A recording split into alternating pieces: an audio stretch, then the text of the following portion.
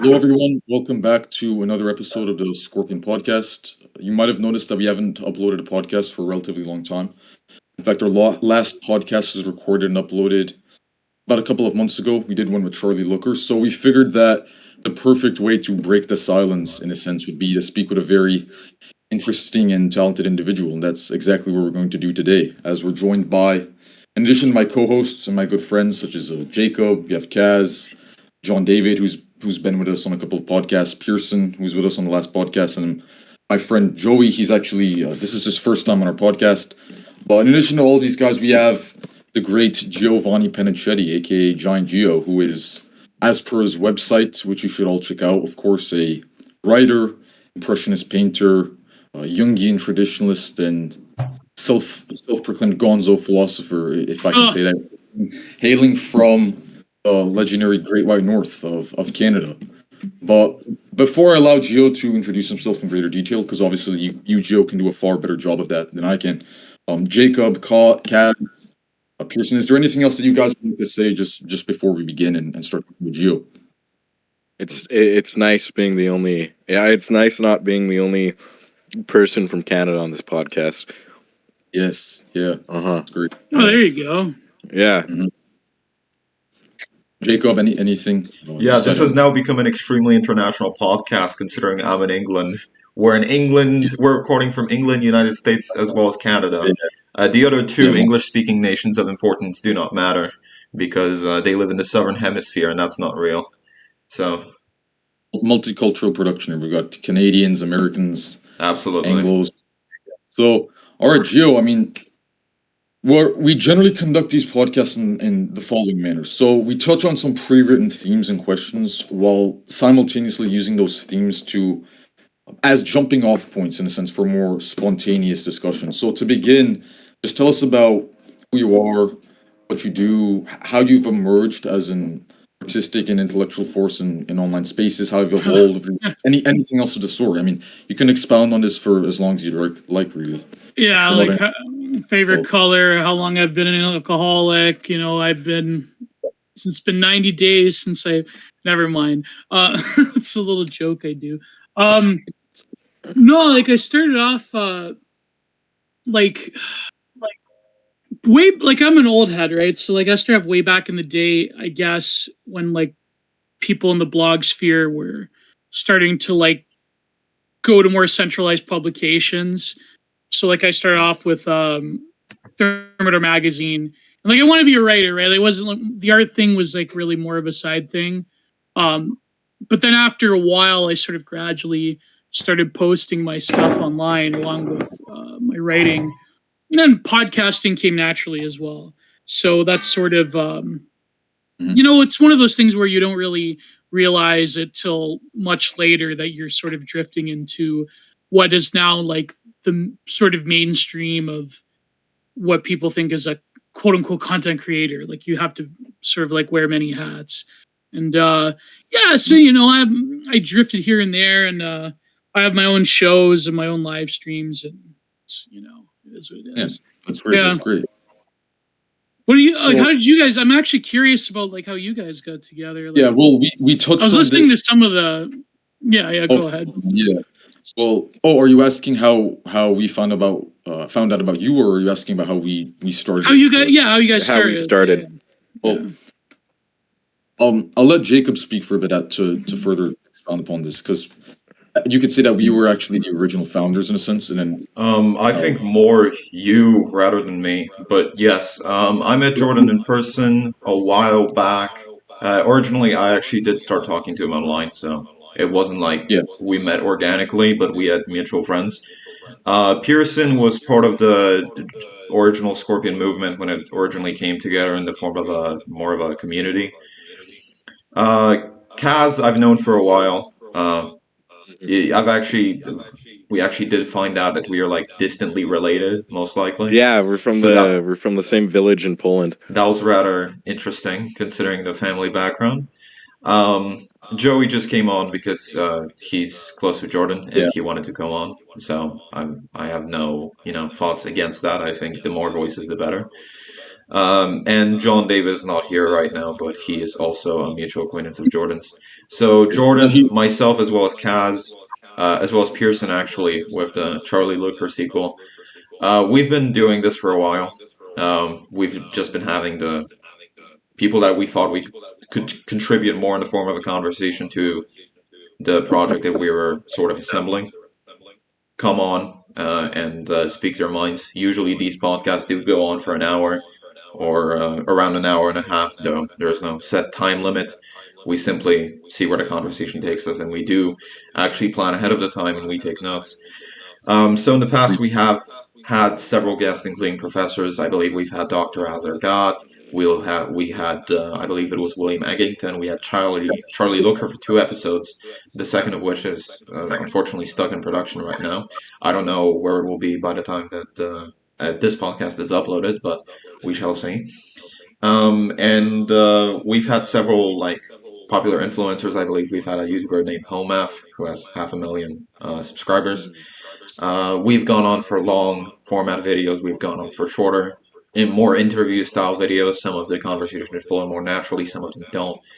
And basically, we just gathered around that. Not only the community that we were sort of assembling by putting in people from the various sources that they begin to become interested in our content into one giant community on Telegram as well as Discord, but actually releasing episodes of the podcast and seeing who the person that wants to interact with the conversation most is, and then we would just put that person on and slowly the crew assemble.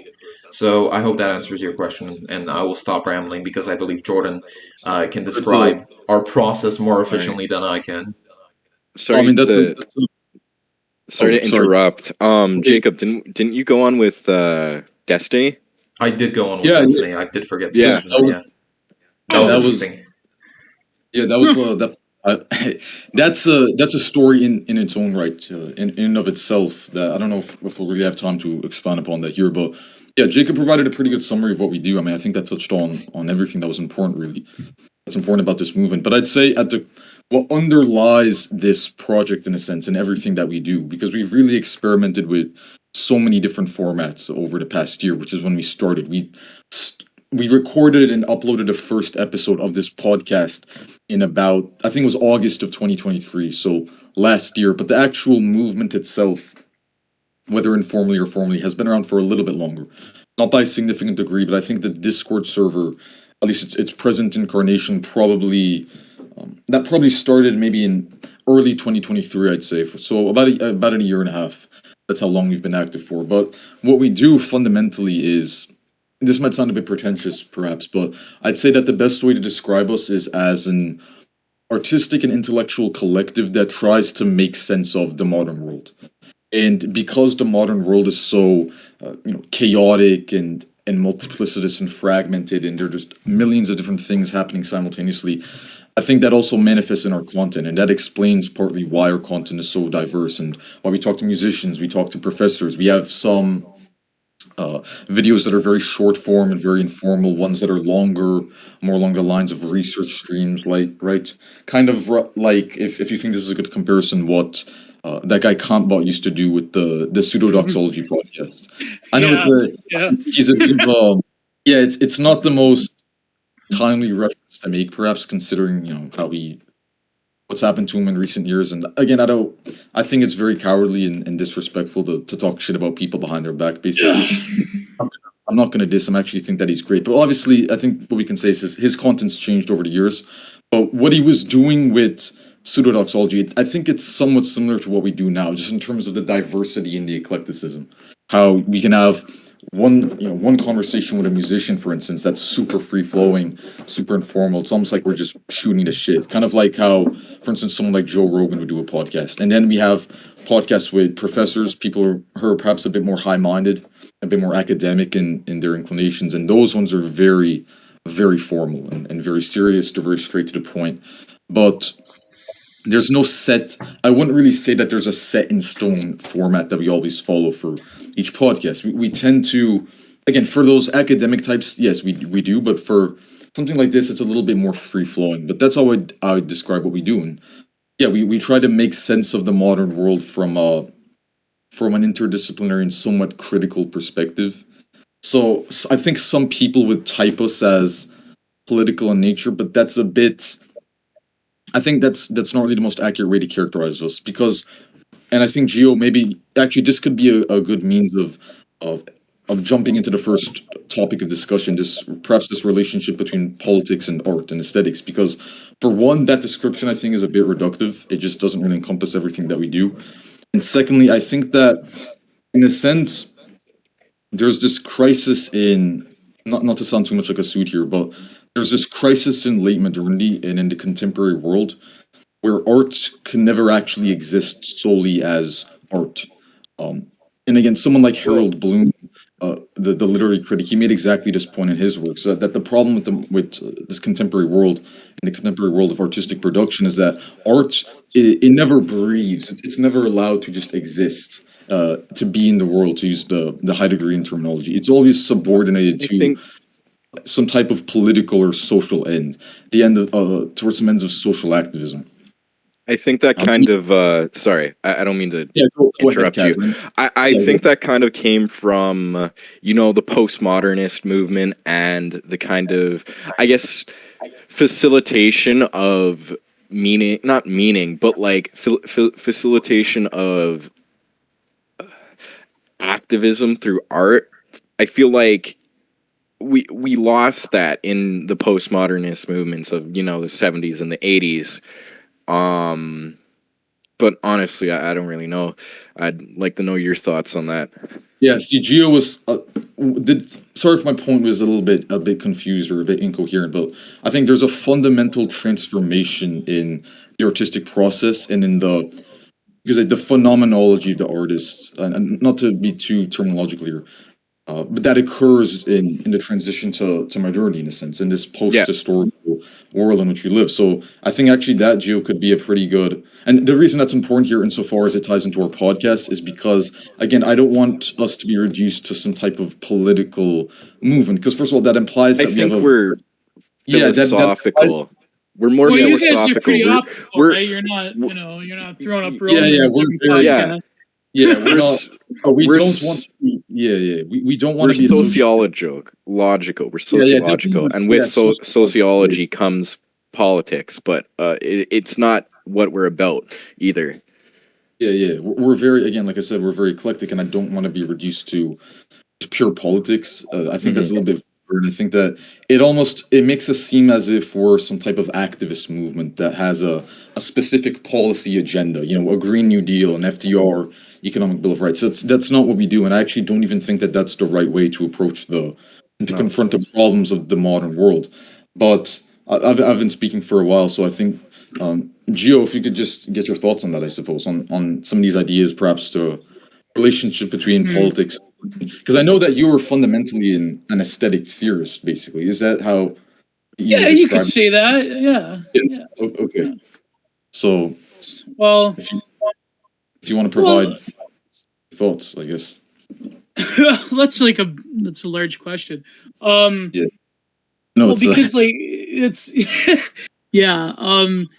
with these. Well, like the book I wrote that I'm currently still editing is all about the uh, about art in the 21st century, but also about how it intersects with sort of like politicization of everything. But I think that it's a tough question because to delineate like stark contrast between time periods, art in a sense always was like quote unquote political. And if you want to talk about politics as a Yeah, sort of the experience of a polis or a community or an empire, or let's yes, say, a nation in its barest sense, whether it be an ethnicity or a sort of political body.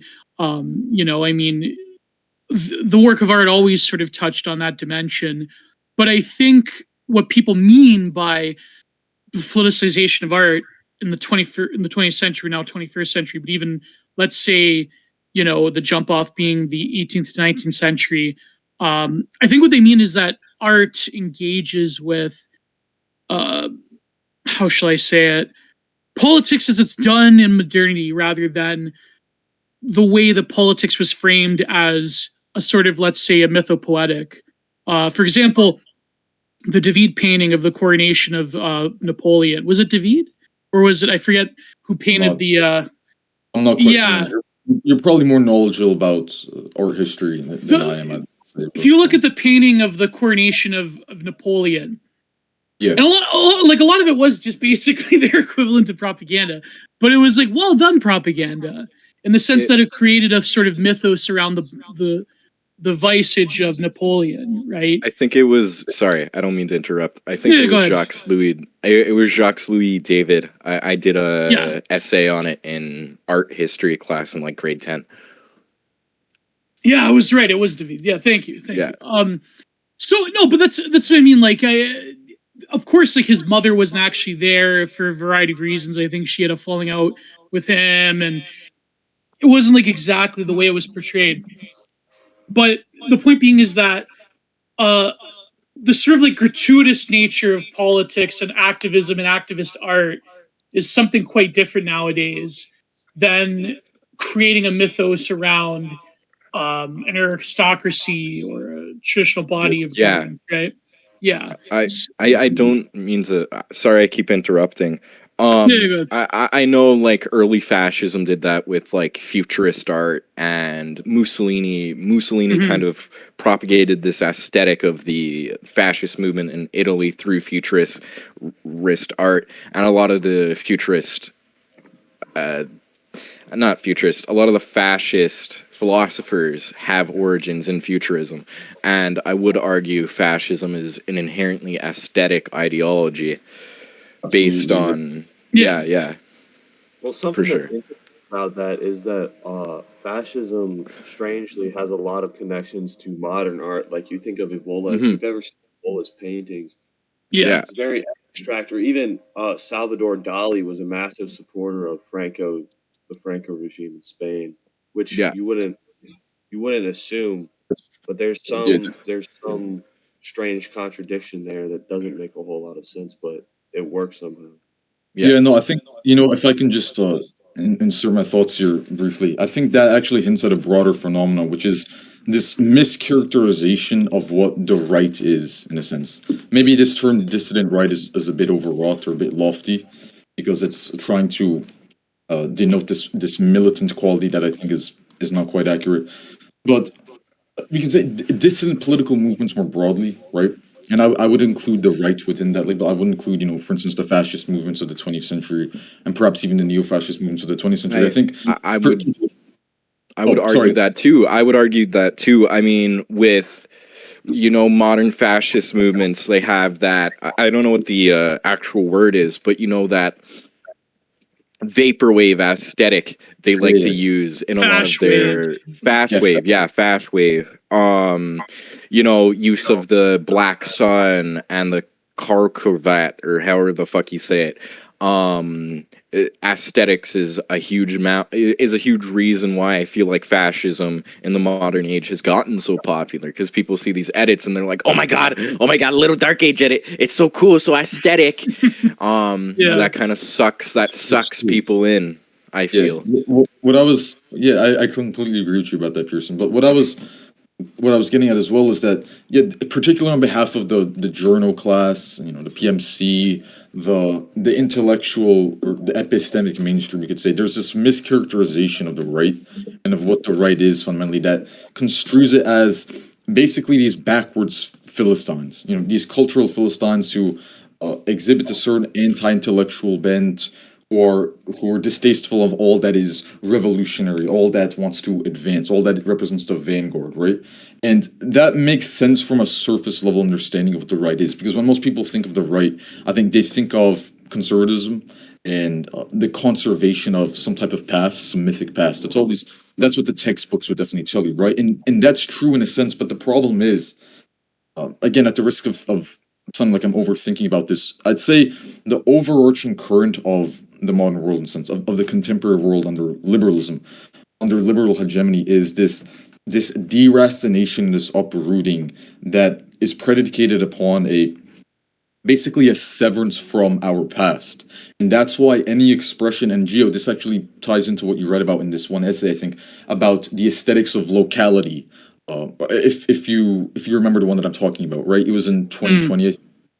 But the process whereby it seems as if all local identities, be they or particular identities, be they relating to ethnicity, to local cultures, to subcultures, to a pride in a certain territory, in the historical and mythological traditions of that territory, all of these identities, which used to be extremely powerful and which gave people a great source of meaning in their life, are increasingly being subsumed and assimilated into this global consumer identity, in a sense. This monoculture, which I think does actually stem, however, from a, and this is pretty dialectical when you think about this. It does, however, stem from a particular culture, which would basically be this Anglo-Saxon mercantile culture of the 17th and 18th centuries, essentially, and that takes over the world, and it drowns out all these local identities. But as you write, Gio, and I think you're right about this, there is no art, there is no aesthetics without locality,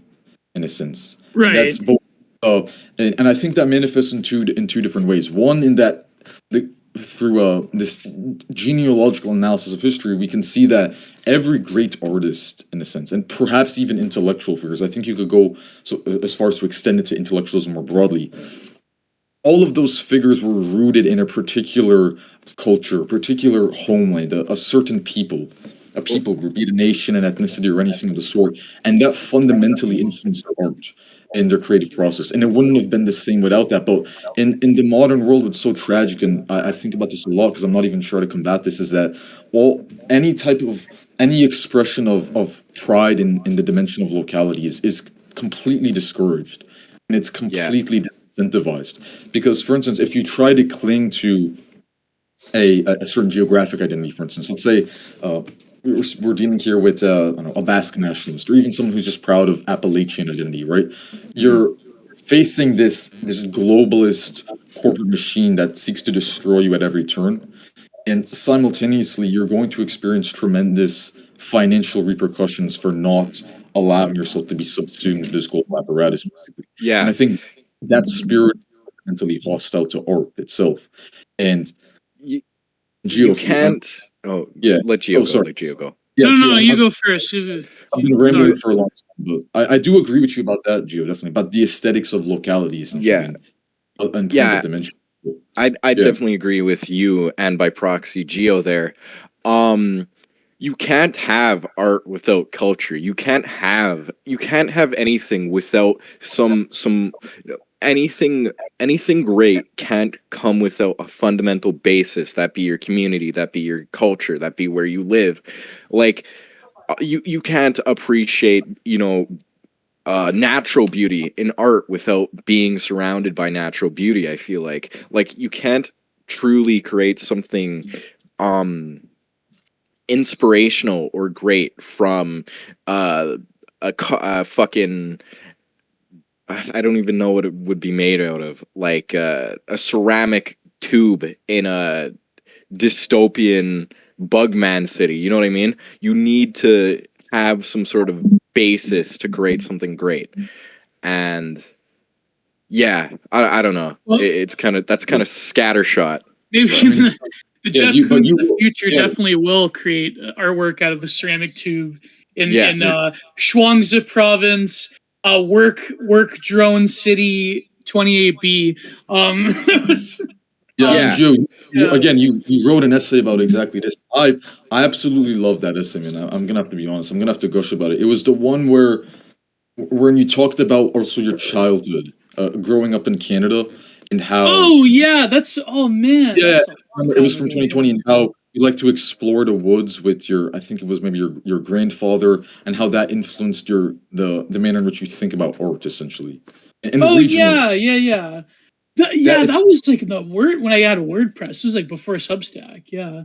If you could expand on that, because that one was fascinating to me. That one came from two places. It came from a National Film Board documentary called Blake, where this guy was he would work in Toronto, Tirana, but then he was a bush pilot that would often venture off into, and he would like sleep under his little plane on like a farmer's field, and how it was like me in the 60s, but it was still like a powerful critique of like what was then the trend of urbanization in Canada. And of course, Canada being an incredibly urbanized country. That's huge, yeah.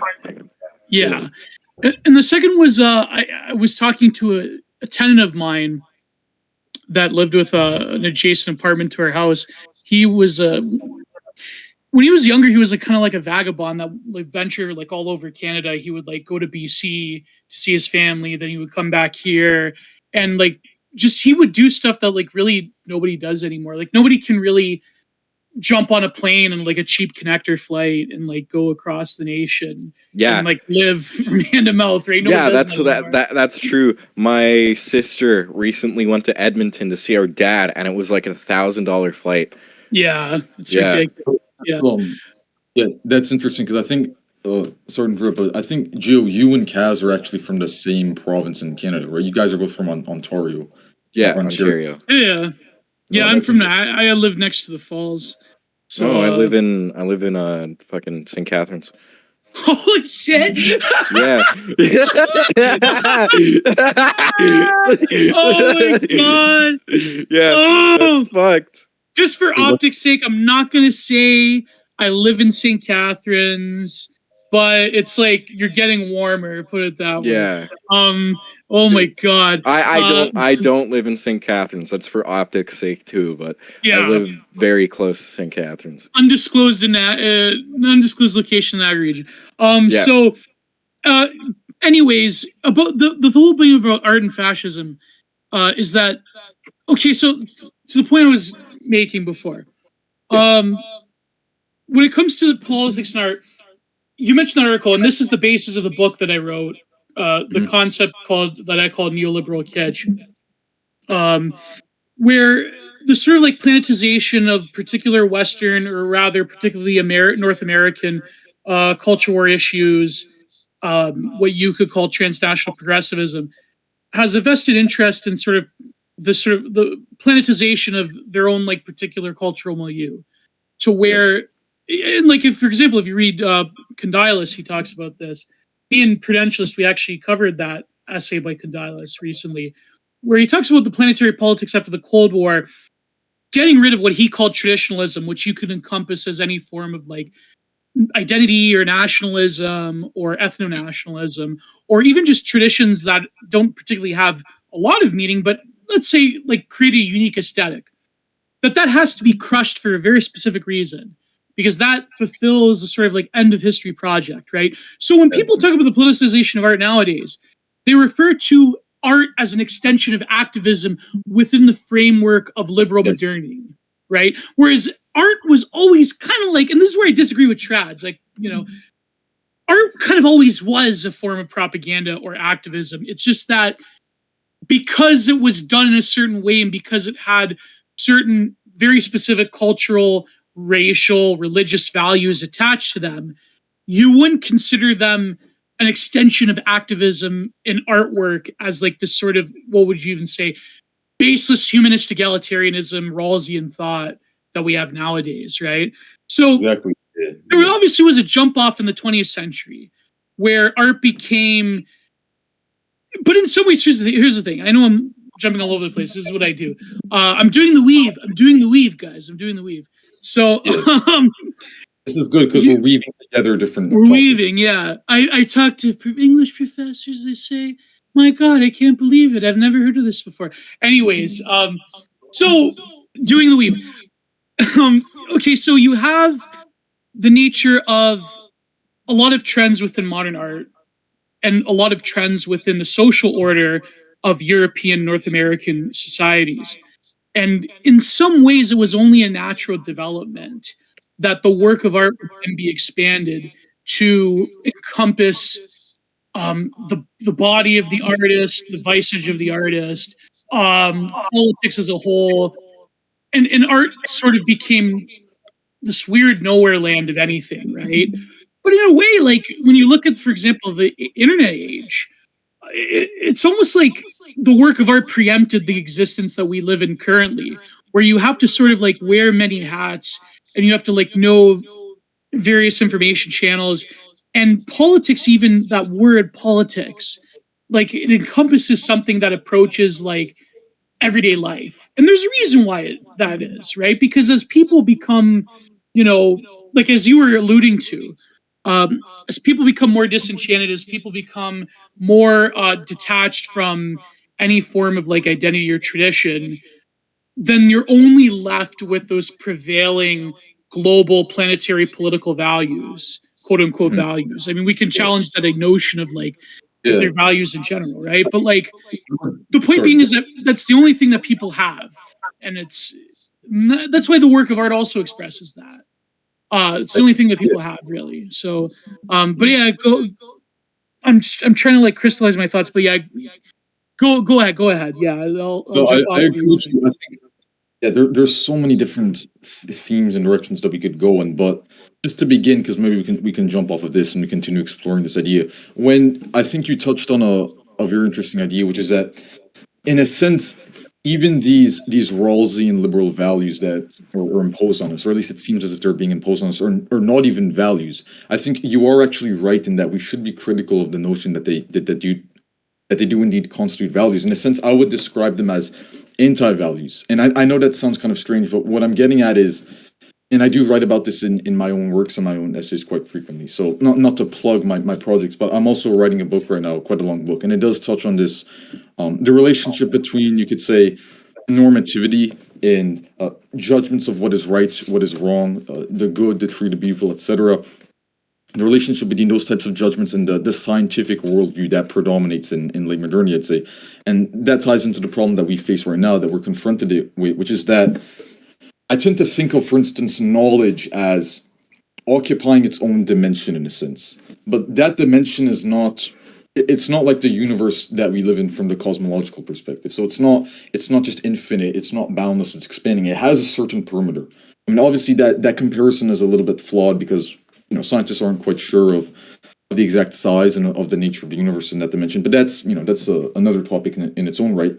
But the point here still stands in that there's a finite perimeter within which I think the epistemic realm can actually operate. And when I say epistemic realm, I'm referring to knowledge, and I'm referring to our understanding of the world in a sense, on the most fundamental level. And obviously there are different modes of attaining that understanding. And yes, it is true that science and empirical observation does constitute one mode, but I think art, poetry, humanistic disciplines like history, literature, philosophy, sculpture, etc., we could go on forever in that dimension. They're equally valid. In a sense, they're actually more valid. I definitely agree with Heidegger when he, for instance, writes in that famous essay of his, or I think it was an excerpt from a lecture, where he says that, in a sense, the poet who writes beautiful sonnets about the Rhine, the river Rhine in Germany, which was close to his homeland, his native hometown within Germany, he is revealing a truth about that river that is actually, in a sense, far more true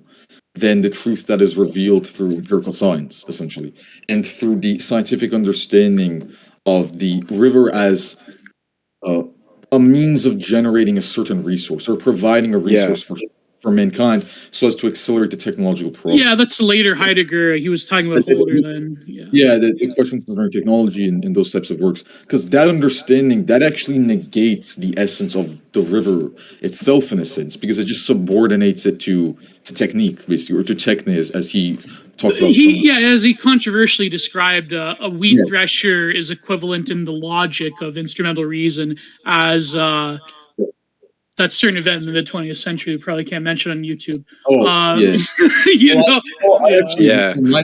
My take on that event though is, in a sense, and this might get me some heat from certain online spaces, but I think that event that shall not be named, that just in a sense represents the culmination of instrumental reason, because man becomes reduced to an object of scientific experimentation, essentially. And you see that in the system experiments that the Nazis conducted. For instance, people like Joseph Mengele, right, the Angel of Death, where he's trying to optimize comically evil. Yeah, it's an optimization onto death in a sense, but he is in a sense to optimize the concentration. Well, now people are going to know what we're talking about, the concentration camp prisoners. Through this well, then, but it's funny because then that becomes like a source of like, it almost pulls right back to like metaphysical truths for at least the like prevailing post-war liberal order. Let's say I'm like pro Joseph Mengele, but like it's a weird sense in like something that's so cold and calculating that informs the greater tapestry of belief to the society that we live in now, right? Like they met him, he had kind eyes, he was always nice to the, but like you hear the Eli Weasel story, right? But the point being is that like in a weird way, like this is Adorno's point, like mythos and reason always interacted together, and they always had this like weird push and pull throughout history, right? Yes, yeah, I agree there. I feel like culturally, and I guess almost philosophically, for a large portion of history, we were almost delusional in a sense. Especially, I think European civilization was delusional. They believed in these almost untenable. I don't know the word, but like these truths that didn't have any scientific basis, but they somehow managed. I mean, I feel like I don't even know how to say this. Yeah, they were oddly proven right over time. Yeah, I don't want to. I'm trying to find a way to articulate this without sounding like a wignat, but like the Europeans were delusional in a way, and it transformed into a lot of the great achievements Europeans brought to this world, and this relates to that delusion. That delusion is lost in the modern era when everything's based on like objective empirical science, blah blah blah. Yeah. Pearson, I'm writing go. an essay for high school it's very similar to this discussion that we're having. I actually quoted Gaddafi in it, that in his book he states that a collection of individuals becomes a family, and a collection of families becomes a tribe, and a collection of tribes becomes a country, a nation, or really a race, because a nation and a nation is not like a landlocked country that has a government. It's really a race. When the Bible speaks of the nation of Israel, it's not talking about Judea, it's talking about the Jews. So I don't want to get that to be a soundbite, but no, yeah, exactly. A nation encompasses an ethnos. Yeah. A person like in Plato observed that things have a form. People as well have forms which are deeper than what is physical. And because I might have the same color of my eye as my father, that speaks to that I might have a similar essence or a similar way of being to my father, and he might have the same as his father. That goes into a tribe and to a nation. So the nation, their folk music, really, when we get removed from our race or ethnicity, and it deracinates our culture, because the culture is not the culture of my form, it's the culture of the amalgamation of these people and these people and these other people. And not that those people are bad, but they suffer the same thing under modernity, which is, as Heidegger, or was it Sartre? I'm not sure. I read it in an Evola book. It wasn't directly from Heidegger, but it feels like they're a project flung into an existence rather than a link on a chain from beginning to the end. Like most people conceive for thousands and thousands of years. No, that gets exactly what I was just thinking about, actually, and I think that's probably something that Heidegger said, because that is very Heideggerian terminology. Throwness, fluff, type of language. But okay, Gio, go ahead, Gio, because No, I was gonna say that even Sartre, when it comes to like the being for itself, like I mean, a lot of Sartre's work he was cribbing off of Heidegger. I mean, he took it in a more existentialist direction, and then he later became like a weird Marxoid. But like being a nothingness was essentially like his homage to being in time. Yeah. So well, okay. what I was going to add to what Pearson was saying, because you did voice also I've had in my head for a long time actually, which concerned the nature of identity in a sense, and of identity as something that affords meaning to people on both an individual and a collective scale. And that ties into what I was talking about earlier, but as you said, this mass scale process of deracination and of being uprooted from any sort of particular identity or of any sort of locality. And the great crisis that results from that, I think, is the complete devastation of meaning. Because when within the ethnos or within the particular community, be it defined in terms of geographical terms, ethno-national terms, or any other terms of the sort, the community lives together. They sleep together, they eat together, and they live according to a certain ethos and to a code of honor that has been codified and consolidated over the years, over centuries. And they know that that is the right order to follow. There's no question about it. So there's a certain unity and there's a collective goal or this teleological end that the community is chained to, in a sense, that they must adhere to. And so as a result of that, they not only live together, but they also die together. And in that process of death actually produces certain rituals that are extremely important, death rituals, right? And then that commemorates this process of rebirth. So the community in itself actually forms this chain of being. This, you can think about the Ouroboros symbol, right, of the snake that devours its own tail, and that provides a meaning that is almost unbreakable within the community. But the problem is, as we've been talking about, the progression of liberal capitalism essentially corresponds directly to this severance and this distance, or this increasing distance from that process and from that collective being. And so as science actually distills reality to, or dissects reality down to the level of the atom, so too does man himself become dissected and experimented upon so as to also represent an atom. And that's what you see in contemporary societies, in a sense. I would say that the progress of science fundamentally aligns with societal shifts. They're one and the same. They just overlap. They might manifest in different in different forms, but they're underlied by the same process, in a sense, or the same way of thinking about the world. And I think that manifests actually in again, this is turning to a very drawn out argument that covers various points, but I think it's important. I think that manifests in the mental health crises that you see today. I mean, I think many people don't even realize how severe this crisis is. And in the country in which I live, and Pearson and Joey, most of us within this podcast or within this network live in America, obviously. Within America, if you look at the CDC data for 2022 alone, almost no one talks about this, which is scary to me. We had a record high number of suicides. There were a greater number of suicides in 2022 than in any other year in American history. It spiked dramatically. And now some people might say that, that's just a result of this lingering impact of COVID, this economic collapse, job losses. That's not quite what it's about. It represents a much more deep-seated and a much more deeply rooted process that I think has been accelerating over the past centuries. And it's this breakdown of meaning, because we live in this post-historical era, in a sense. And once and I do think that thinkers like Fukuyama were right about this when they talk about the once you enter this sorry, one second. I'm going to speed up here, but once you enter this post-historical world, ideological struggles essentially become an anachronism. They're a thing of the past. But those struggles were precisely what actually afforded the possibility of art and of beauty in the first place.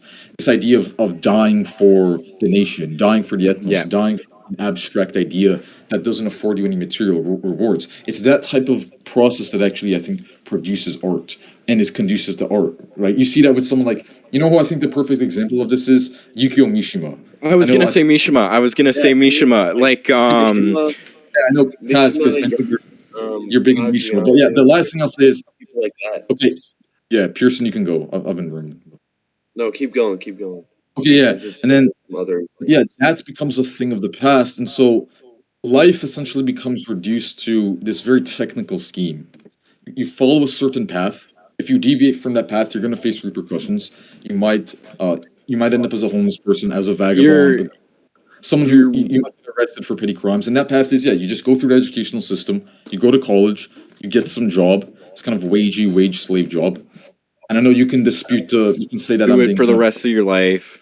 Yeah, you do it Do for that the rest until of you die. Blow your brains out at 40. and then if you ever express how shitty that type of lifestyle is and how meaningless it is, that you just produce, consumer goods and trinkets that make people addicted to little devices, then they tell you, oh, okay, it's all going to be worth it because you'll have enough resources to sustain a family. And so you can, if you're a man, you can marry a nice lady and raise a family with her.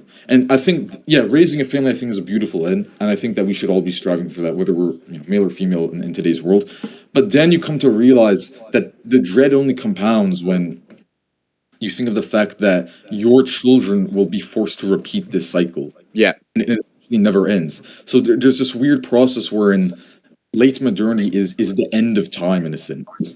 I know that sounds correct, but it's completely detemporalized and it's completely dephysicalized. It's like this purgatorial state, and that's what's so tragic about it. But yeah, I've been rambling for a while, so I 110% agree with that statement. Oh, actually, wait, the last thing, because to tie it into mental health, and I think when people realize that, yeah, many of them will be inclined to just commit suicide.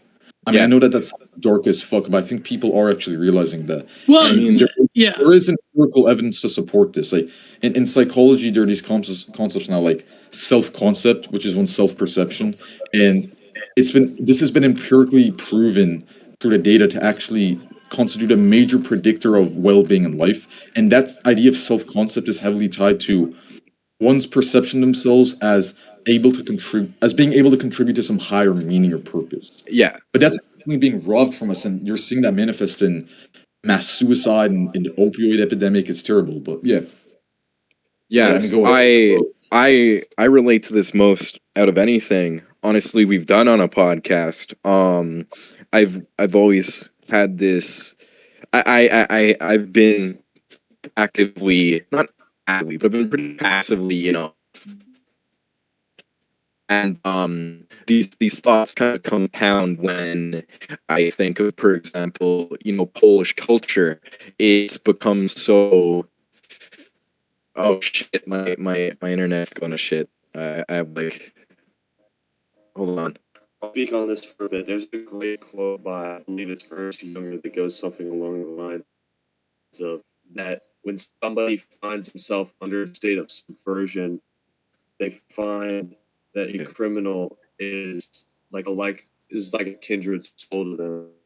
And you see this today, that the people who are the least subverted by, I'll just say, the overlords, it's like a reverse bell curve. So on one end, you have people that like train MMA 5 hours a day, 6 hours a day, people that work on art for their whole day, do nothing besides like write and create music. Or you have people that are like complete drug addicts.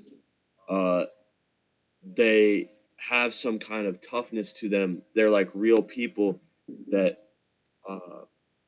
definitely have a soul way more than other people, but they have a lot of horrible problems in their life, like Jordan was talking about, because they realize that they are under a state of subversion that's not authentic to who they are. They can't get out of it. Yeah, exactly. Yeah, it's as if the world is against them in a sense. The world is fundamentally hostile to who they are, basically. That's actually something that I've been forced to confront. Not to get too personal, but just realizing in this that there are certain types of activities that are incentivized by the profit motive, you could say, or by finance capital. Really conducive that don't have anything to do with who I am, in a sense. Puts me in a very precarious situation.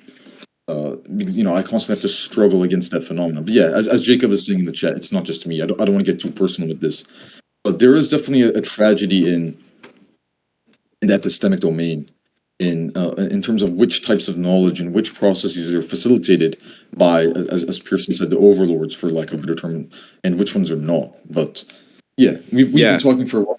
Gio, I just want to get your thoughts on this. Well, yeah. Then after we could move on, but yeah, I mean, what'd you say? No, it's been a great discussion so far, though. Yeah. Yeah. Well, I was gonna say, like, when you actually like look at it, like what you guys were saying, like in a weird way, like this used to be a lot of the things that like the new left was discussing. Like it comes off as like that social critique was very popular in say like the 60s, 70s, 80s. But nowadays, like there's sort of like a weird change in terms of like the political order. Like I don't know if like you go like into like basic like political analysis, but basically But prevailing like dominant left is like now pro social in the extent that there's the social reflects their quote unquote values, and therefore like a lot of the meme phrases we talk about on the online, right? Like eat the bugs, live in the pod, like just obliterate obliterate your synapses with any sort of like soma that you can find. Like a lot of that to question that is sort of like a form of like social destructiveness that they deeply fear, as opposed to like their older affectations of like even like for example, like the worship of like romantic notion of criminality.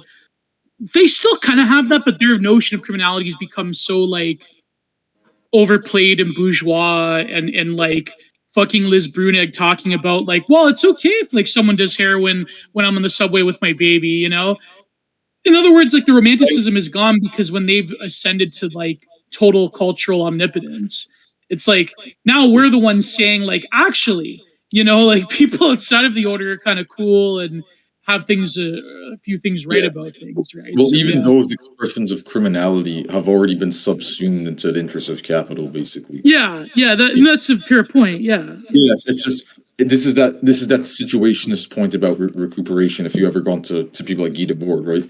I mean, that's exactly what he talks about in Society of the Spectacle, about how all radical movements and subversive expressions are always assimilated into the systems that they actually attempt to subvert, and that's the crisis, I think, that is affecting art in a sense. But it has something to do with the human condition itself, because there will always be this tendency to transgress. Like, I think humans are fundamentally attracted to transgression. That subverts the established order. That's been the main driver of nearly every artistic movement throughout history, every intellectual movement, every spiritual movement. But in a sense, that desire cannot be fulfilled anymore. It can no longer be fulfilled in the world in which we lived, because of the extent to which, you say, the neoliberal order, for lack of a better term, or the cathedral, as Jorvin likes to talk about, is predicated upon this, as you mentioned and as you alluded to, this mass scale permissiveness. Like, cultural permissiveness is in a sense the doctrine, one of the underpinning doctrines at least, of liberal modernity and of the cathedral. That manifests in what you were talking about, with this acceptance, for instance, of open drug use out in the streets, right? And of what they're trying to push now with the safe injection sites. I don't know if you guys have heard of this, but they got one downtown where I live. Yeah, cities in North America are increasingly resorting to this because they think it's that funny, because Vancouver, they actually are starting to like question it now after years and years of failure. So yeah. I think that it's particularly bad in Canada, actually, like in the big Canadian cities. Oh, 110%. I kind of want to go on a side tangent here. Kaz, go ahead. Yeah. When it comes to the overlords, I feel like a lot of the policies they wish to enact, I feel like Canada's maybe the guinea pig for that. Mm-hmm. I feel like it always starts in Canada. It starts in Canada and then exfoliates to the rest of the developed world. It's like a reverse of like what George Grant said about the Americanization of Canada. It's like now it's like the Canadianization. I think if Kamala won, it would be like full scale Canadianization of America. Yeah, definitely. I feel like we are definitely the epicenter for ivory tower thought, if that's a way to put it down. Yeah, like us in New Zealand and Australia, we're really like kind of like the loyalist Anglosphere. Yeah, that's a good point. It's like Canada's like the laboratory for these Yeah, fucked up I fucking I hate living here. yeah, I for hate the living five here. swamp type policies. Yeah, Yeah. Canada is definitely a laboratory or a breeding ground for that. But No, but that's what I mean. Yeah, exactly. Like a sort of like nowhere land where multiculturalism is the state ideology, where there's sort of like this auspices of like death that just hangs over everything, whether it be the death of like European descendant Canadians, whether it be Yeah. NAID, whether it be having no abortion law. Like it seems like Canadians just, or rather the Canadian government just loves to either kill you or make you want to die. So it's Yeah, I like, mean with yeah, veterans associations and everything. oh God, yeah. And definitely with the multiculturalism thing, like especially we'll take downtown St. Catharines for example. I feel like the minority. I feel like a minority in downtown St. Catharines, if that's any way to put it lightly. Yeah, and imagine going to Brampton. Like that's Yeah, yeah. where we are unironically a statistical minority. But Yeah, it's I getting think crazy. I think generally, If you go to Walmart in the United States, where I'm from, uh, it's not what you would it think it would used to be. be. Yeah, It is like I was like the only person that looked like me in the entire area, yeah, and that's strange because we're told that this is a majority white country, but for yeah, some reason and we're like it's the like everywhere. It's a yeah, very strange thing, and it is true that I think we're starting to become minorities, but I yeah, think at the same time, this is what Jordan was talking about earlier to some extent. He kind of hinted at it. The reason why people like us are considered radicals in the United States is because you pointed the out. the Democratic and Republican parties. The Republican Party purports to be conservative, but they also support big business, and big business pushes social liberalism. And then the Democrat Party, they purport to be against big business, but be for social liberalism. But when they get into office, they they don't really go against the big Established business. norm. It's I think pushing the social liberalism. Yeah. well, I mean, I think one of the great political tragedies of the 21st century within North America and maybe even within Europe to an extent is the complete death of any actual anti-corporate left. Because Oh and yeah. Yeah. also about this, it's weird because many of the ideas that we've actually been voicing, for instance, how capital disincentivizes the production of art, basically, and of the humanistic disciplines, and it crushes anyone who tries to pursue those disciplines Yeah. by affording them essentially pennies on the labor market and just making them as unprofitable as possible. I do feel like there was actually a strain within the left, within This countries like North America and Europe, that would have been receptive to that. But it seems like they've just basically died out. And there's yeah. just Rainbow This neoliberalism, yeah, yeah. there's this nothing left. happens. Would It's crazy. be against big business, but recently they've just been, Yeah. if anything, for big business. They've just been drowning themselves in surrogate activities. Like how many left wing people do you know just spend all their money on something like a Funko Pop instead of you know doing anything meaningful with their lives because they've completely submitted to the capitalist regime in America. Yeah. Um, I almost noticed the bourgeoisification of the leftist parties in the West. It's even happened with our resident socialist party in Canada, the NDP. Yeah. It's led by a Sikh who came from a rich family from the state of Punjab. Who owns slaves, by the way? Yeah, who owns slaves? Who owns slaves? Yeah, exactly. He comes from like a super bourgeois foreign family. And he's like first generation immigrant, and he leads the party that's supposed to represent the resident Canadian working class when it doesn't. It doesn't. All the NDP represents is the interest of foreign students. But yeah. I've heard as an observer, as an outside observer, I've heard many shitty things about the NDP. That's just basically garbage. Yeah. It doesn't really advance any type of legitimately radical agenda whatsoever. Right? I think we have the worst political parties in the West. The Conservative Party doesn't conserve anything. Liberal Party is just evil, and the NDP betrayed the working class, for sure. Maybe like in the UK they have some pretty abysmal parties, but like, yeah, we're like neck and neck. Yeah, pretty much. Yeah, Polyev's just a snake in the grass. I think he's not going to conserve shit. I don't like Polyev. I mean, the only hope is that he'll kill that harms bill, the online harms bill. But like, that's about it. Like, he's not gonna send them back. He's not gonna like remigrate millions of people. That's not gonna. No. He's talking about he loves the like bringing more in. Yeah, he's talking about bringing more in.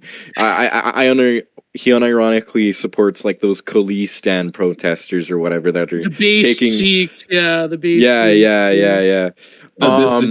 This is an interesting dimension, I think, within Canadian society. So, you guys are saying that Sikhs in particular are becoming a prominent force. Oh, 110%. In Brampton. In Brampton, they've taken over city blocks. Like, they are a political force in Canada. They which protest makes no Hindu sense. temples, and they disrupt services. And no, but that's funny because basically India shipped all of their radicals here to Canada, but now it's become like this huge blowback where Modi, who of course is a Hindu nationalist, he's very upset with Justin because Justin, in a way, ineptly sort of like enables a lot of the sort of Khalistani radicalism that then bleeds back into India. So and another thing, I don't, I don't know if this is sorry. Elon Musk is going to be in the United States government. What does Elon Musk benefit from? Cheap programmers who are talented coming in from India every year for his Tesla, SpaceX, Neuralink, Starlink, X. And people think that people think JD Vance is going to start some big immigration thing when he becomes president to stop immigration. It's not happening. The guy said that he was ashamed to be white. He said he was ashamed to be Catholic. He married a Hindu, and there's nothing wrong with her. But that's not what he's going to do. He's never going to do anything like that. No, because he is not. I wish the people think he is. But he's mutuals with their best friends. He's got to do something. I wish Trump was. I wish Trump was as base as they say he is. Well, no. The thing is, like, I hope that like there is like to play devil's advocate, like there is signs that the whole like H-1B visa thing that they will curtail it, but then at the same time, you never know because a lot of these people are creatures of Silicon Valley, and they do have an incentive to bring in the coders. So I mean, you can hope for the best. Like even JD Vance, he is aware of online discourse, but again, like you have to take all this thing with a grain of salt. It's just weird because I've heard personally that JD Vance actually has strong ties to the online right, essentially. And that he's aware of people like Yarvin and Bronze Age Pervert and that entire network, like the Thiel Bucks network. Yeah, but as you were alluding to, Pearson, though, like he does have a fundamental identity issue in terms of like his upbringing, and that is problematic. And then his marriage and stuff like that. So like, he definitely does have like an internal thing going on with his own sense of like, I grew up in the Appalachians and my mother was this and that. And so, there is a lot there. But, and another thing on that. I don't know if this is actually real or not, but I remember seeing this article of like morality police in Brampton. Like these Sikh communities are forming their own police departments, like independent of the government, and for whatever reason, the government's not doing shit about it. Like Brampton's self-governing at this point. It's like a Paradesh of India. But anyways, I wanted to it's kind of detracting from the conversation going way back, but you brought up you kind of brought up Mishima and kind of the mass disillusionment of people in society, and how it brings people to suicide, the lack of meaning in our societies. I resonate I resonate with that issue in society more than any other issue in society. A lot of the things that I'm passionate about can't be translated into any feasible opportunity in the world. I like history, I like geography, I like philosophy, all these different these different humanistic practices that just can't be transferred into a sustainable they don't sustainable place in this world. They're not conducive to the production of little consumer trinkets, like for to entertain themselves. It's just how fucked up the priorities are, if that's what makes more money in a sense. And one of my favorite quotes from Mishima himself is to not fear the death of the body, but to fear the death of the soul. I think that's like horrifying how we've lost a collective soul. We've lost something spiritual, something greater as a society because of, objective science. We've lost anything spiritual, we've lost anything cultural, we've lost anything delusional, which it's a tragedy, you know what I mean?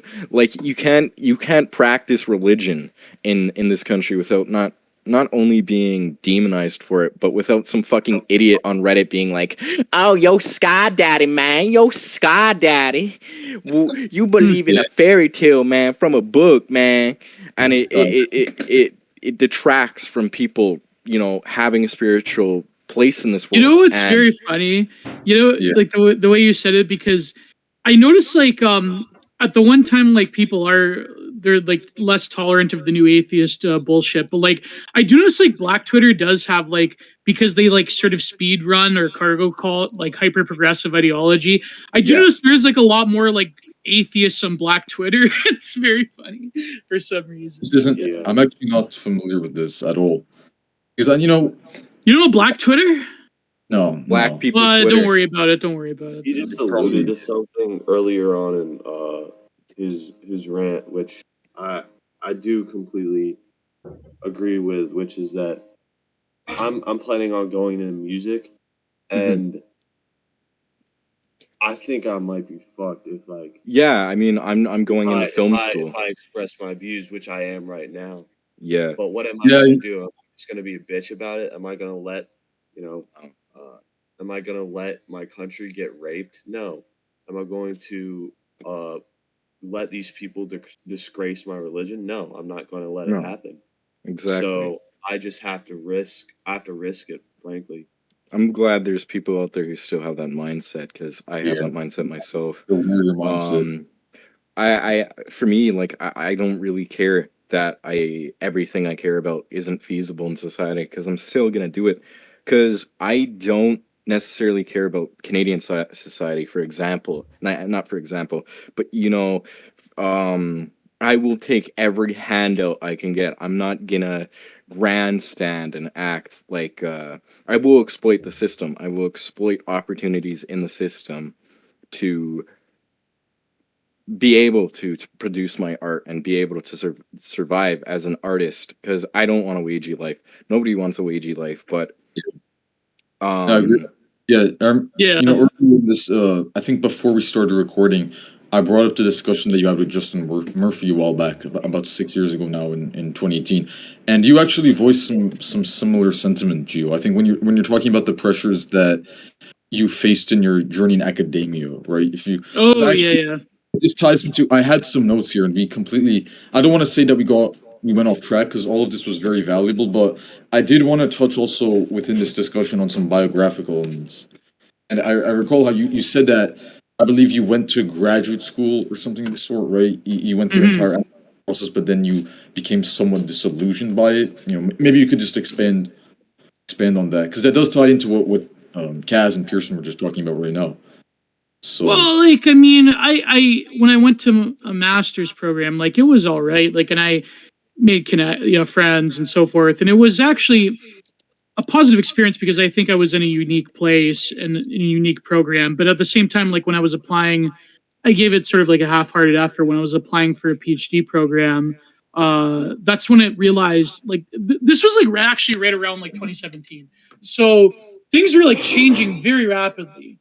And I realized that it wasn't, I had done the online stuff already. And so I realized that the future was not in that location. And I think that when I look back upon it, like, I mean, academia is sort of lost now. And I would never had that opinion before, but it seems nowadays I've sort of concluded that with a lot of other people, and then like a lot of conservatives say this, like, and I definitely agree with Scott Greer that you can't give up these institutions. But I think that the way things are now, I think meaningful intellectual work is happening everywhere besides academia. And that's a tragedy in a way, but yeah, it is what because it is. Yeah.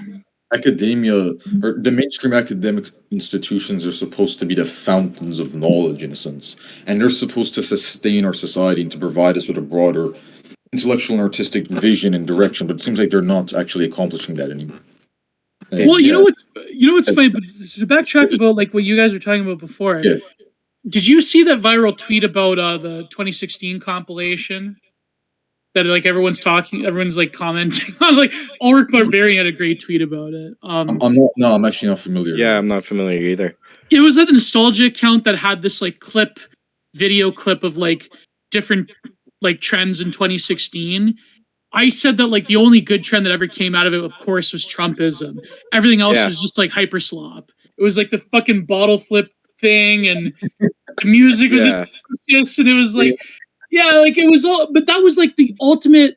Like you could feel that's when the crystallization of like the 2000s, Obama era, Soylenial, Clomp Stop Hey, indie music and rap culture and shit like that. And it was just like mainstream slop. It was like people doing the bucket challenge. You know what I mean? So, but Trumpism sort of did disrupt that order. But I think like when people look back in the 2010s, like it was a cultural dead zone. It was just like terrible, right? It was like people like fucking like the bucket challenge or like whatever. Like it was always like these very cheap viral phenomenons. Yeah. Yeah, just nonsensical slop. Yeah, no, but I agree. It is, but I think I have an idea of what you're talking about now because you mentioned that it's one of those nostalgia accounts. Well, here's the tweet by Ulrich the Barbarian. Let me read it to you. Okay, yeah. Okay, let me find it actually. I don't mean to interrupt. Jordan. Yeah. Are we gonna talk about the kind of based or cringe thing? Oh yeah, honestly, we'll move on to that. Yeah. No, well, actually, you know what, Gio? Because there's just so much to talk about. Would you be fine? Here it is. In retrospect, 2016 was the low point of mass culture. It was the peak of awful rap mania over cheap plastic, ugly fashion, stupidity in media. In some ways, Trump broke mass culture. His political rise fragmented and demented the whole consensus-making apparatus. Media products put on the serious hat or faded into subcultural status. Music industrialized, social media creators professionalized, etc. And yeah, that's true because Trump created the shelling point of like, no, we have to put on our serious side because fascism's right around the corner.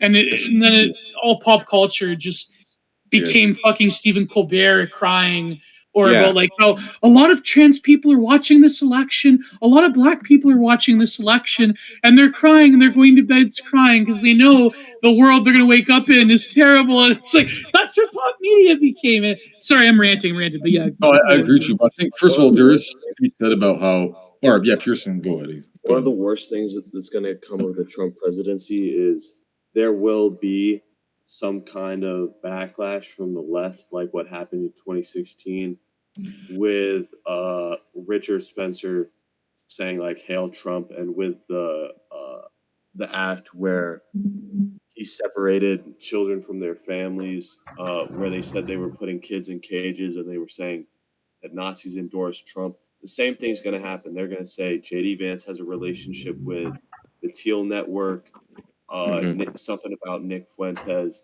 if Trump says anything that's radical or there's any radical action from the Trump movement, there will be a backlash. And I don't know if, since Trump is in his last term, that he'll just disregard that, or there might be some like major bullshit, major cucking going on with the 24 administration or 25 administration. Yeah, well, I think the foreign policy is Yeah, that's a fair point. Yeah. I think in that regard, I think the foreign policy in particular is going to be absolutely fucked. Because it seems like he's just staffing his administration with complete, neocon warhawks, essentially, who want to basically accelerate the direction which U.S. foreign policy with regards to the Middle East has been going in for the past 20 years. They want to further that, and they definitely want to go to war with countries like Iran and Syria 100%. And I think you're going to see a highly bellicose and aggressive foreign policy. And I think that's going to be a disaster, even just on the humanitarian level. Putting aside any ideological considerations that we might have, or any ideological disputes that we might have with the current administration, with the current order, I think on the humanitarian level, the mass death that could arise from these types of wars that it seems like are poised to break out would be a disaster. I mean, that would be a tragedy. So I think Trump is absolutely cucked in that regard, particularly with foreign policy. It would be casualties on the sides of the non-Americans, which is what happens every time. The Iraq War, it only killed like 2,000 Americans. 1 million Iraqis died.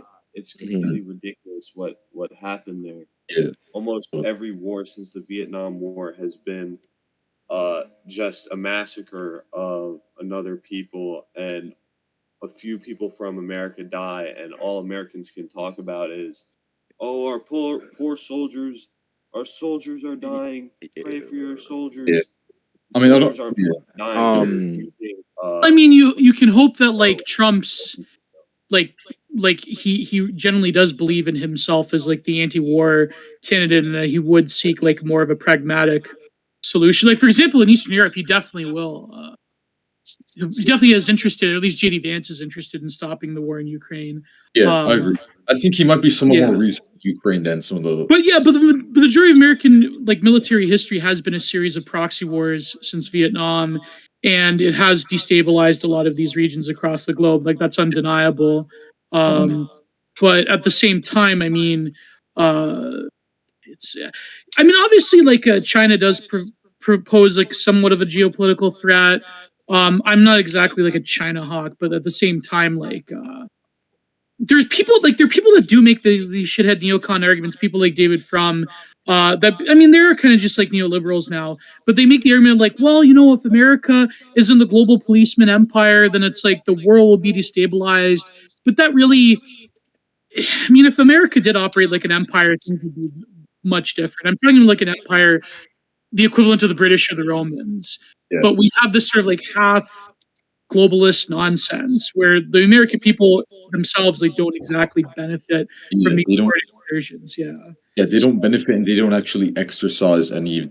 They don't really influence the policy decisions that are then enacted by that so-called American-led order. Exactly. Yeah, they have no influence on it. They couldn't really, and I think many of them actually detest it and find it to be morally bankrupt in a sense. And even on the level of just observing the foreign policy interventions that we've conducted over the past 2 decades, with the mass-scale death that Pearson alluded to. But with the mass-scale death Pearson was talking about, that makes me think back to kind of a corny example, but a quote from one of my favorite video games, Far Cry 2, in which the villain he talks about how he quote, I'm just gonna read the quote directly.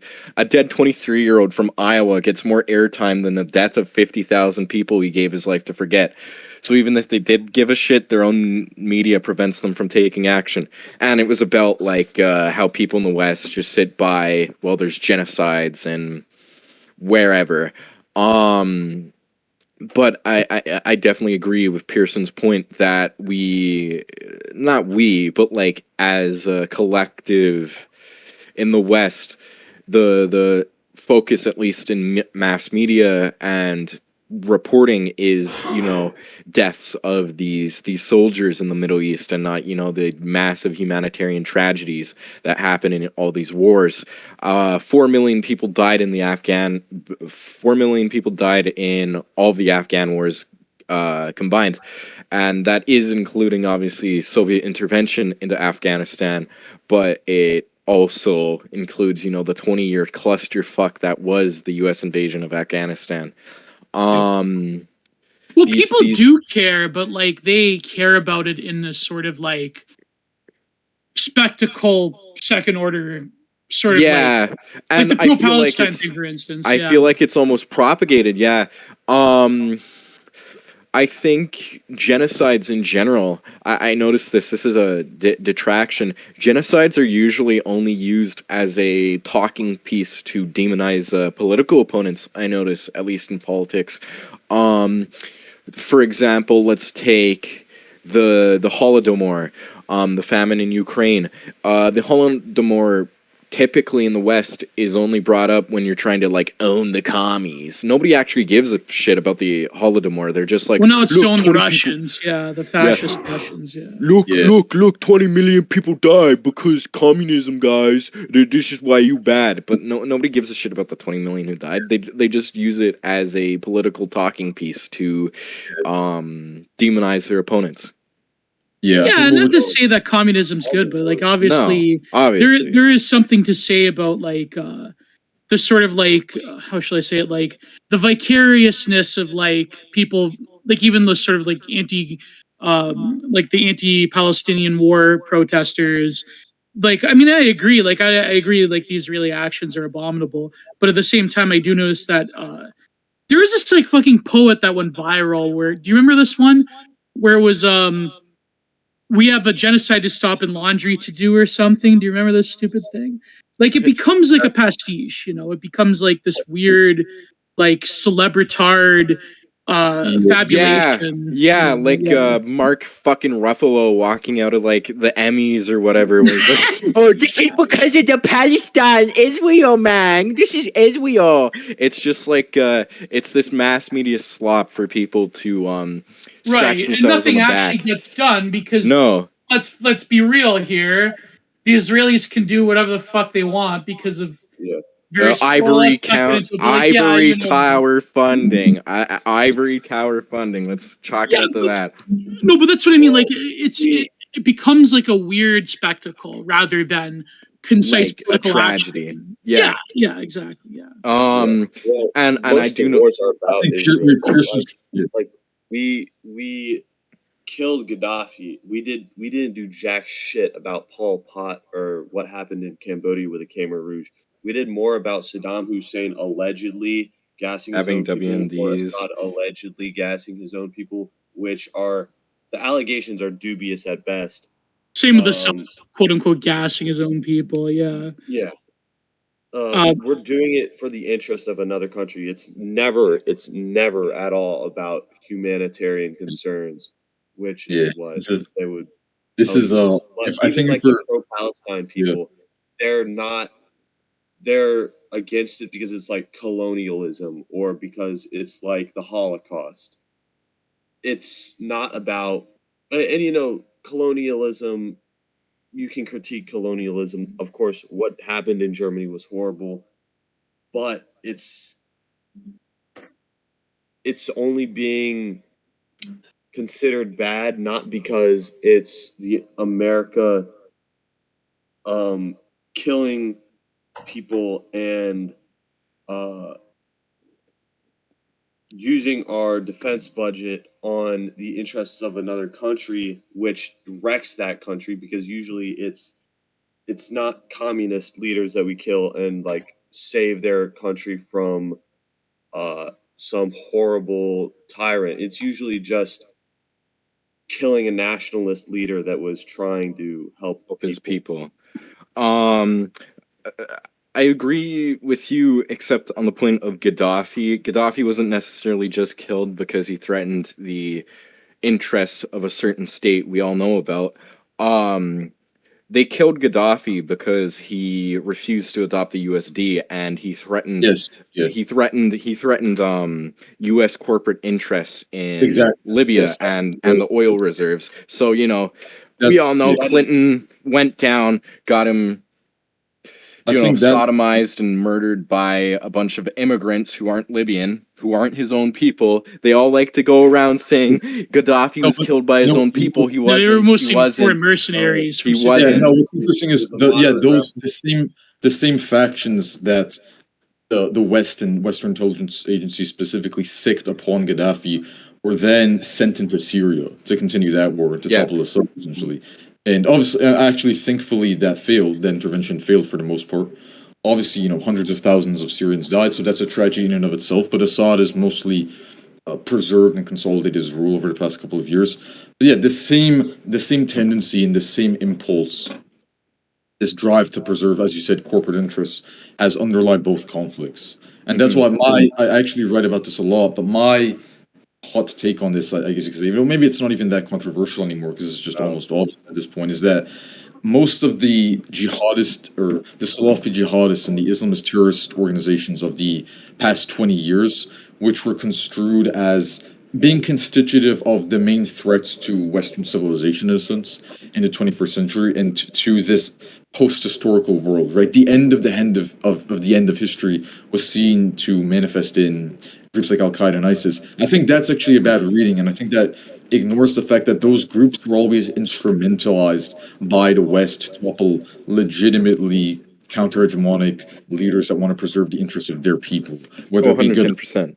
Yeah, whether it be Gaddafi in Libya, Assad in Syria, and actually even nowadays countries like Russia and China, which are being besieged by, for instance, groups like the Azov Battalion, which, by the way, I think there's this really annoying Wignat tendency on the online right to think that the Azov Battalion are actually these based, No. Ethno-nationalists. yeah, Yeah. legitimate Ukrainian nationalists.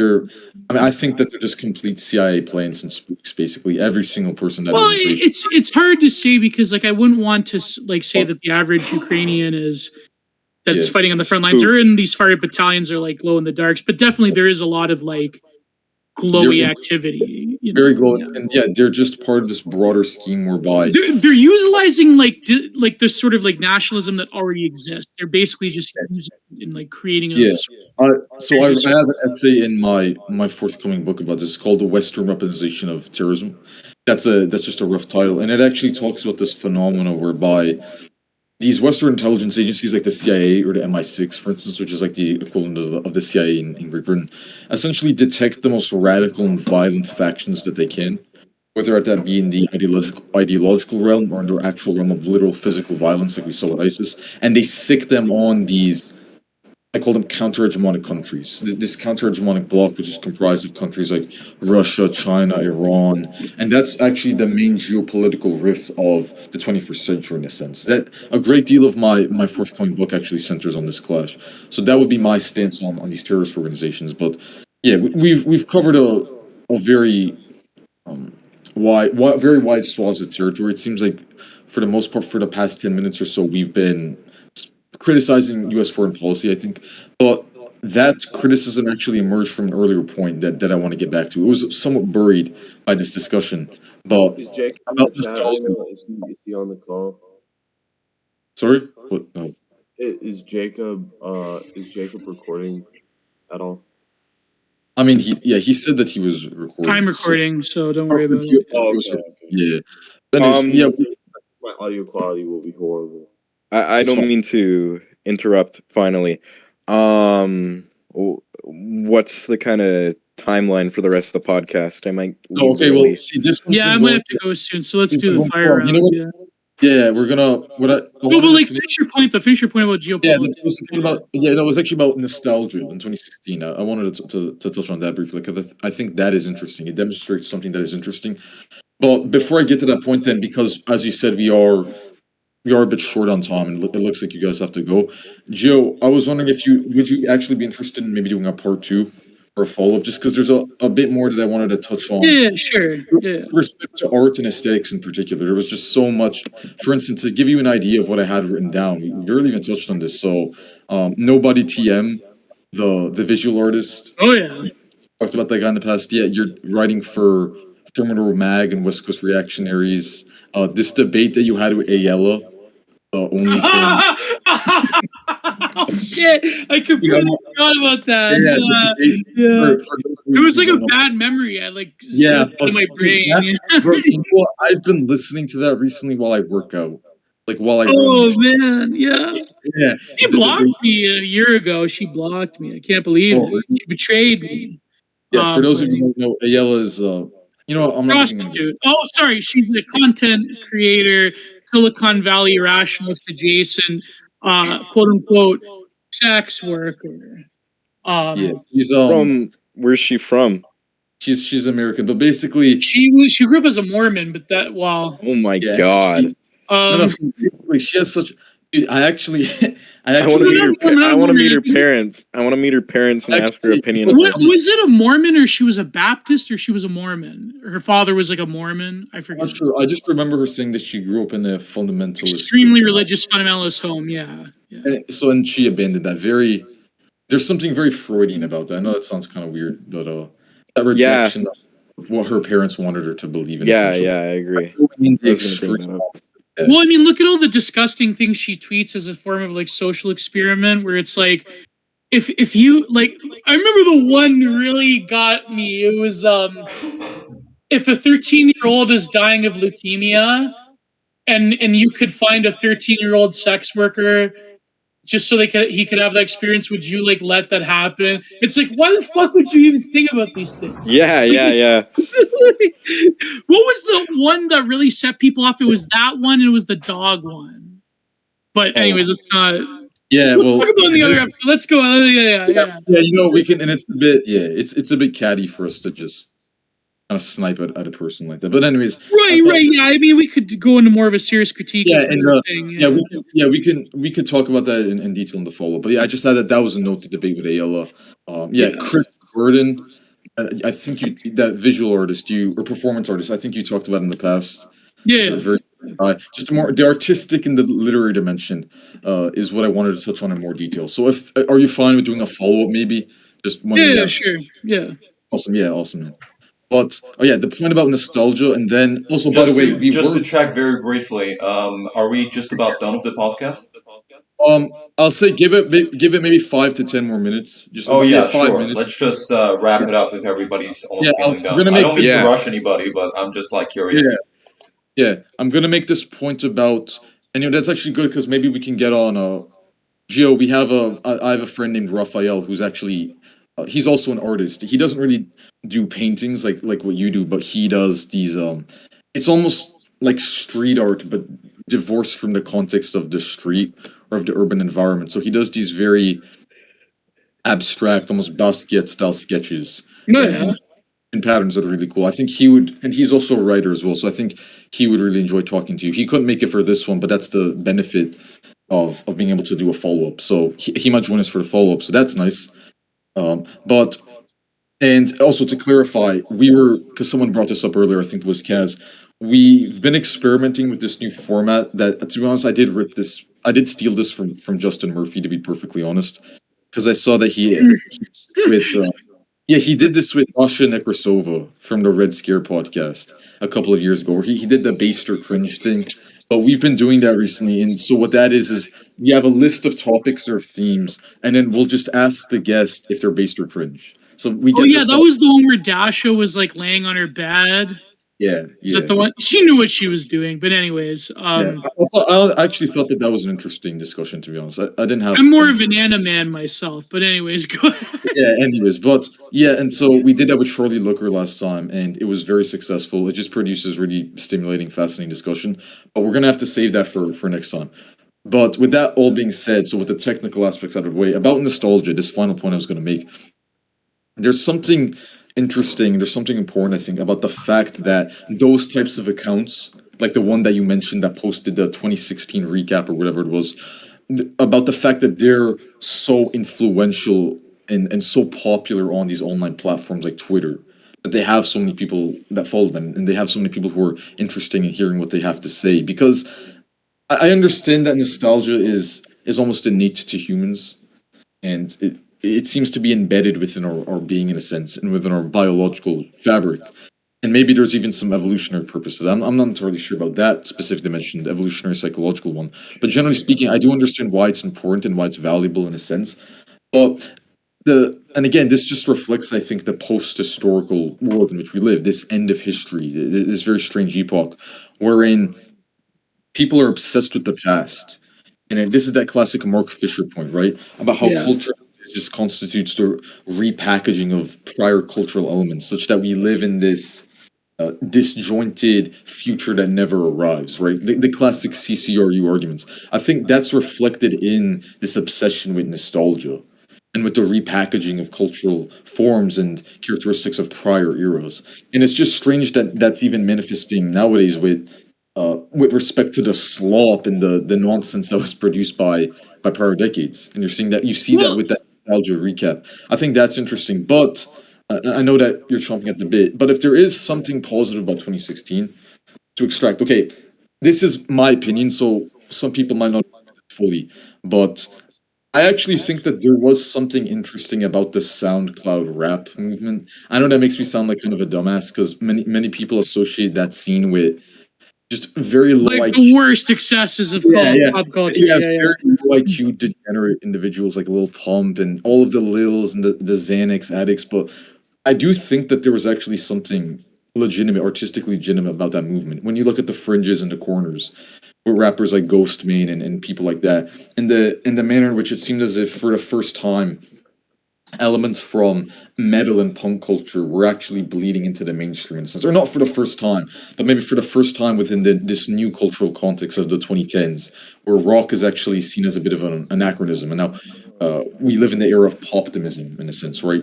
So even hipster outlets of old are actually poptimists now, like Pitchfork and that whole all of the hipster outlets from the 2000s. I think that they've gone in a negative direction actually by embracing this type of optimism. But with that being said, totally, yeah. I mean, they're just shells of themselves. Yeah. Well, is literally dead now. I think. I mean, they just sold out to Condé Nast, and now they just review like random degenerate rappers with 50 IQ. It's dog shit now. But SoundCloud rap, I think, had some interesting elements and even some intellectually interesting elements, which is the surprising part. And then secondly, this is gonna make you sound like kind of an idiot, but this one, that infamous clip, Donald Trump will complete the system of German ideals. No. Now that I think about it, you're like one of the few people left in this world that interact positively with Campa, which I think online, I think it's quite crazy, but like, yeah. Well, I will always remember someone for their achievements. Yeah, true. If their achievements I should have so much sour grapes because he personally stabbed me in the back, but like but you're right. Like it was a good clip, I will admit. I will admit it was good content. I think that will never be old for me, man. That was fucking legendary. Yeah, because that was. Did that even break into? I was gonna say that broke into the mainstream. Yes, it did. Yeah, it definitely. There's a lot of normies that know about it. Yeah. Did it even break into the mainstream though? Like, is that? In some ways, like it broke into like the subcutaneous layer of the mainstream. Is like you look at semi-online, but not really online. Yeah. Generally normies, I say, but you're right. But maybe a little bit more online than your average boomer or something like that. Yeah. Online. Now Zoomer, what's funny? Now Zoomers are rediscovering it, but they like don't know the deep lore. Yeah, on like the E, right? So like it's the frogs. Yeah, so it's like they're like don't like who's this guy? He sounds pretty based. It's like that's so crazy. Wait. Tell me the lore because I don't know what happened. Okay. Let's not go. Okay, we're pressed for time. So let's just move on from Campot. Okay. Yeah. That video was fucking legendary, man. I'm telling you that was peak frog Twitter. I know it was peak frog. Yeah, it was peak frog Twitter. Right, and I think you're right. It did bleed into the mainstream in the sense that, for instance, if you go to the actual video, like it's just called "Donald Trump will complete the system of German idealism." So it has this weird kind of clickbait title. So people are inclined to click on that. And then if you look at the comments, there are definitely tons of normies in there who are like, "What the fuck is this?" But they're intrigued by it. That manifests moment. So I do think Okay. it bled into the mainstream in that sense. But I don't know. Were Campbell and Logo actually talking to a reporter? Or was it just like some Yes, random? there were. It was someone like doing like a Yeah, 'cause local affiliate news station yeah, about the 'cause election. Yeah. there was a lady with the microphone, and she was asking him, "Oh, like where are you from?" And then she asked him how old they are, and then Logo comes in. He's like, "I'm eternal." That way, he just says it in that it's not a smug voice, but I totally missed that. It's like a fucking Easter egg. no, she's asking him like, "How old are you guys? Are you guys from New York?" And then Kampot is like, "Hegel was roommates with Holderlin and Jena," and he's just rambling on about this schizo shit. And then Logo pops in. He's like, "I'm eternal," and then dude, it was just. That was sick, man. That was peak Frog Tutor. But when you anyways, when you rewatch it, then you discover more things in it. It's really so. You gotta send that. You gotta send bro, that for sure. accelerating global cooling and shit. Yeah, abiotic oil. Yeah. Yeah. Oh, dude, yeah. There's still things to research about that. With respect to what they reference, but yeah, you guys have got to check out that video. Pearson Okay. cast. Donald Trump will But complete. about the nostalgia thing, like Yeah. like you So were that's saying what about SoundCloud rap, like were you a Young Lean fan? Yeah, dude. You know, he's like link it nostalgia here. bait. Yeah. Link Yeah, it. Link it here. Yeah. Yeah. Link that No, clip young here. dude. I actually think that Young Lean is sick. I know. Yeah. You know what's weird though? He is actually Drain Gang. So I'm not. Oh my fuck. Okay. Okay. Yeah. No. We're just no. Okay. I'm not talking about Drain Gang. Okay, We're not No. talking about Drain Gang. Time to wrap it up. Yeah. No, but Wrap it up. listen, Wrap it up. Played, that's Wrap not it time up. out. Wrap it that up. was like that was like that one Biggie Slonk AI, like he did this video where it's like AI voice of Trump. It was like riddled with expletives. I think it was against Nick Fuentes. But like at the end, like Trump sings like a drain gun. Like I don't know why I remember that Biggie Slonk. Yeah, well, when I Hyperborean actually edit. met Nick Spend. you what? He was pretty tall. He was pretty. I thought he would be like short. Wait, you met Nick Fuentes? No, Net Spend. Oh shit. Okay. You He met smelled like Net shit, Spend though. where? But I might meet Nick in the future if I go to Oh, Half Pack 5 or whatever, which I probably will if I have the money. But I don't know if you should admit that in public now, but like I don't give a fuck. I cut this part out. Cut this part out. Don't worry about it. Don't worry about it. You can make any editorial We're not gonna. decision. No, but about nostalgia, like Yeah, go ahead. notice how it's always like an extreme in terms of like it's either nostalgia for the recent past, which is like, of course, as a soillennial myself, is a very powerful force, or it's nostalgia for like an ancient past that is not within cultural recollection or memory. So I think like there is sort of like a weird ontology of like them being like there's two extremes. You're either like a Bronze Age step warrior or you're nostalgic for the fucking Y2K aesthetic, which I am nostalgic for the Y2K aesthetic. But that, you know what I mean? It's like can never be like not a living memory, but like even a nostalgia for a few generations previous. Unless it's like some weirdo like otaku LARPing, but like at the end of the day, it's like it's always like either the recent past of my childhood, especially, or an ancient past that becomes this like wonderland of possibilities. So yeah, that latter form of nostalgia that you're talking about, the nostalgia for an ancient mythic past, right? That was more honorable than the present day. I think that type of nostalgia does actually animate a great deal of the dissident right. Yeah, of course, yeah. There's no denying about that. But then the question becomes, well, is that healthy or not? I mean, is that a legitimate form of political dissent or of political expression? Which I think is an interesting question in its own right. Yeah, but how about to wrap this up for the final point? I'm going to ask you because you mentioned this. What are you nostalgic about? I know that's a broad question, but I think this is interesting to explore. Oh my god, that's so long. That's I think nostalgia. You've talked about the sensitive young man archetype, and how that archetype is very attracted to, for instance, dissident politics or dissident spaces online. Yeah, and I think nostalgia, or at least the tendency towards nostalgia, and of reflecting upon prior eras, is very prevalent among that specific subset or that type of person. Mm-hmm. So I wanted to talk about that to end off. I mean, I think it's a fun question. So, well, I definitely am nostalgic for this sort of period between the late 90s and the early 2000s. That definitely is something that brings a tear to my eye. And a lot of things, like even just like looking at, I mean, I do have the Soylenial curse of like, or 90s, early 2000s nostalgia. But even things like listening to stuff I was listening to when I was like 14 years old, or like watching older things, it really, like, that really is, I do have that particular personality of my generation. But other than that, like, I mean, yes, 2016 is like sort of like a really big point for all of us, even though it's more recent in my living memory. I remember that Minoquion 4. Oh, that's an ancient reference right there. Oh yeah, Mina. Yeah, everyone just calls him Mina, right? Metaphor, yeah, like where he's like 2016 will forever be looking for whispers and murmurs of 2016 again. It is our curse and it is our blessing. Like, that's our legacy, it's our curse and it's our blessing. He's 100% right. Yeah, 2016 certainly, I think, compelled this election cycle. It's it's going to go down as one of the most important years in this century. I think. It was definitely peak frog Twitter. Definitely, that was an interesting era because there was something about it that felt new and exciting. Yeah. There was like legitimate potential there. Yeah, there was that.